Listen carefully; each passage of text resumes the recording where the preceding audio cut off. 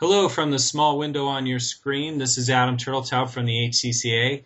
Joining me in the large window via Skype is Lisa Murtha. Lisa is a longtime HCCA supporter and a partner in Denton's healthcare practice, where she focuses on clinical research compliance.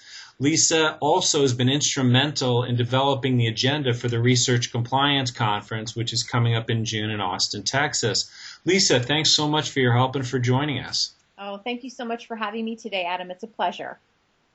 And for us too. So, Lisa, tell the folks, what are some of the key areas of concern for research compliance officers today? There have been many, many interesting things going on in the world of research over the last few years, and specifically over the course of the last 12 months. Some of the things that folks, I'm sure, are focusing on and worrying about relate to implementation of the Affordable Care Act sunshine provisions, which of course have very interesting implications for both research sponsors as well as research sites around the country.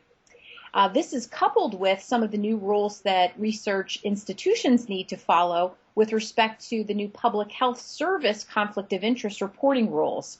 And so these activities, in addition to some interesting developments in the OMB circular world around research accounting and effort reporting, will make this year a very challenging one for research compliance professionals.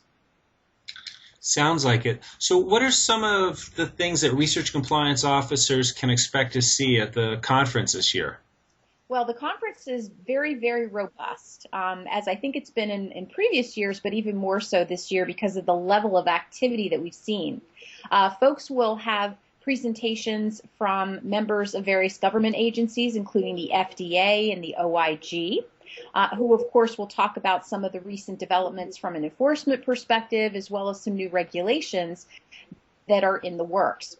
In addition, there'll be a number of sessions related to other topical areas, such as the onset of the sunshine provisions, sessions around research accounting, and as I said before, effort reporting, sessions that, of course, relate to research billing, which is one of the biggest issues we faced over the last 5 or 6 years in research compliance. And frankly, we'll also cover some of the basic things that research compliance professionals need to know, because as we've seen, every year we see an onslaught of new research compliance professionals who need to understand the basics. So we'll be providing those sessions as well, particularly through the pre-conference sessions and the post-conference.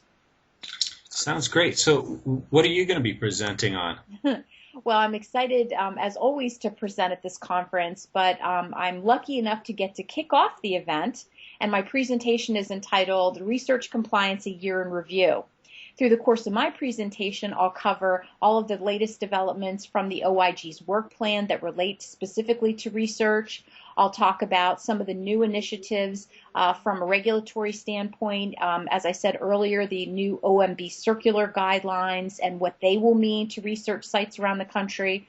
I'll talk a bit about some of the new cases that we've seen in interesting areas such as research misconduct, human research protections, and even some research billing related matters. So I hope it will be very informative and will give a nice overview to set up the conference and the individual sessions that will follow.